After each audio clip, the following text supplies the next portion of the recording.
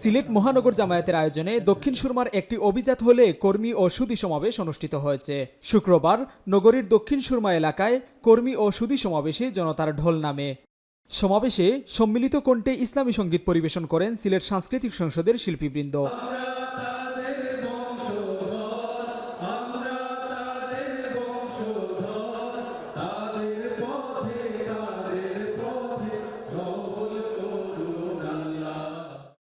মহানগর জামায়াতের আমির মোহাম্মদ ফখরুল ইসলামের সভাপতিত্বে সমাবেশে বক্তব্য রাখেন জামায়াতের কেন্দ্রীয় মজলিসে শুরা সদস্য মাওলানা হাবিবুর রহমান।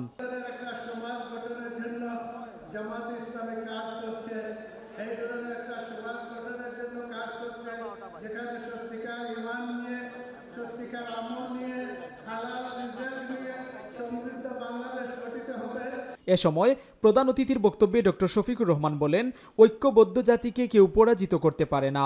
স্থায়ী সুফল ভোগ করতে হলে জাতিকে ঐক্যবদ্ধ হতে হবে।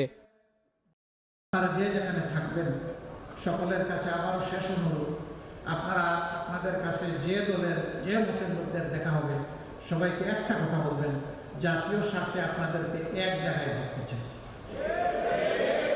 একটা ঐক্যবদ্ধ জাতিকে পরাজিত করার শক্তি কোনো ষড়যন্ত্রকারীদের হবে না ইনশাআল্লাহ। কিন্তু জাতি যখনই বিভক্ত হবে, এটা যত বড় হোক, যত শক্তিশালী হোক, দুর্বল জাতিতে পরিণত হবে, অপমান এবং অপদস্থ হবে, ব্যাপারে কোনো সন্দেহ নেই। আজকের অঙ্গীকার হোক, আমরা বিভক্তি নয়, ঐক্য চাই, ঐক্যবদ্ধ জাতি চাই, সম্মানের সাথে আমরা আগামী দেশ করতে চাই। 5 আগস্টের ছাত্র জনতার বিপ্লবের মূল শক্তি ছিল জাতীয় ঐক্য। লুকমান হাফিজ, UBL TV, সিলেট।